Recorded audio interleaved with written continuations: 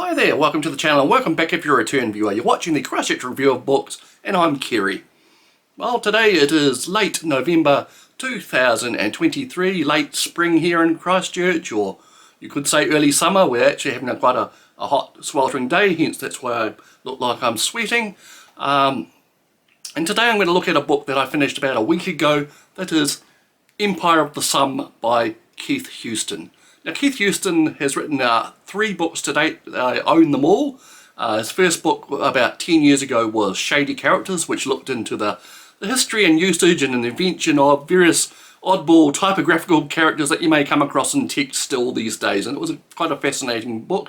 His second book in 2016 was called The Book, which was a history of the book and the printing process and how we got to the modern book that we know and love. And that was an equally fascinating book. And his current one, here we go, Empire of the Sun, is about the history of calculators and calculating machines. And I have to say before I go on, all 3 of his books in their hardcover editions are really handsome, beautiful little objects. I don't know if it's something to do with his contract that he has stipulated, or it's just because he's got a really good publisher in W.W. Norton, but his books are really always expertly designed and laid out and have loads of illustrations, and this one in particular is fully illustrated with colour pictures all the way through. That each picture is colour where it can be. Books of this kind you expect to have like 2 or 3 black and white photos and then maybe a section of colour plates in the middle, but no, this is actually printed inline illustrations all the way through, and it impressed me. It may not impress you, but I found that its consistency in his books over the past decade really shows that you buy something special when you buy a book by him. Anyway, this book, like I said, it is subtitled The Rise and Reign of the Pocket Calculator, which does this book a little bit of a disservice because it's not just about pocket calculators. It's about the history of calculating machines, the concepts of calculations, and leads all the way through to computers and our modern technological situation, basically.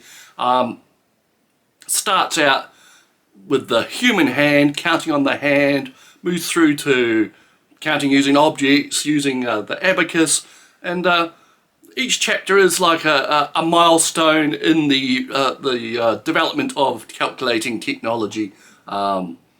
We move through the early concepts, the invention of logarithms and such in the 1600s, and that which lead directly onto the slide rule, something that was still around in my generation, and I actually found my father's slide rule not too long ago.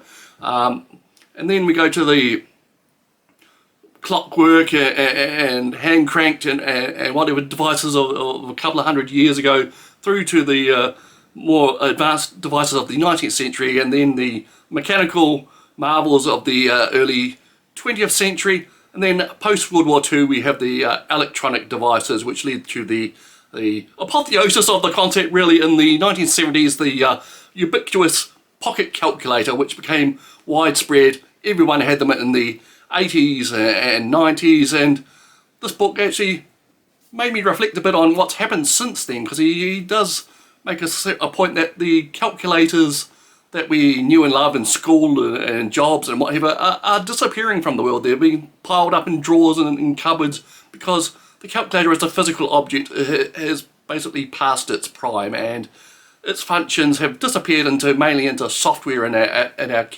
computers and their current offspring, the smartphone. The calculator apps and programs such as spreadsheets or whatever have really taken over from the discrete units that we may have learned to use in school and beyond. So he basically follows this path and makes his case about what I just said there about the disappearance of calculators in the 21st century.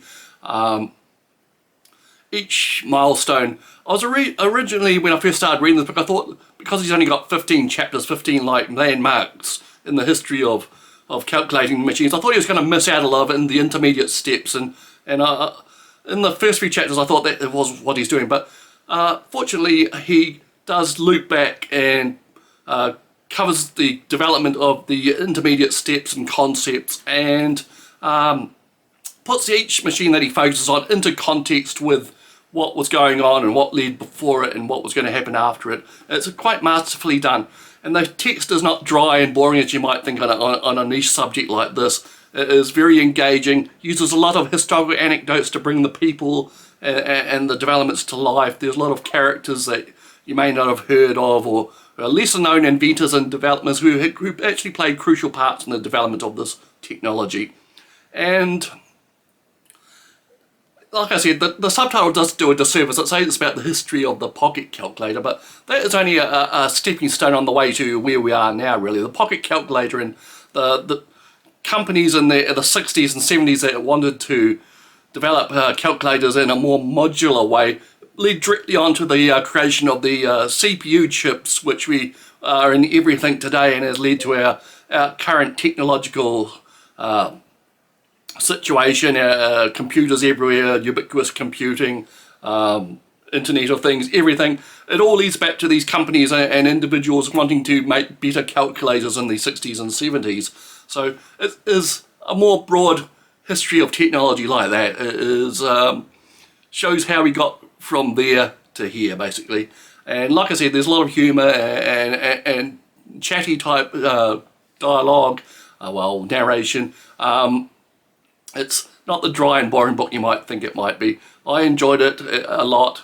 I was disappointed when it kind of ended suddenly with the end of the physical calculator. I thought he could have gone on a little more or filled in a few more gaps, but as it stands, it's an excellent read. It's an excellent history. It just made me feel a little odd that the rise of the pinnacle of the technology, basically the pocket calculator itself, came to be, reached its peak and died off within my lifetime.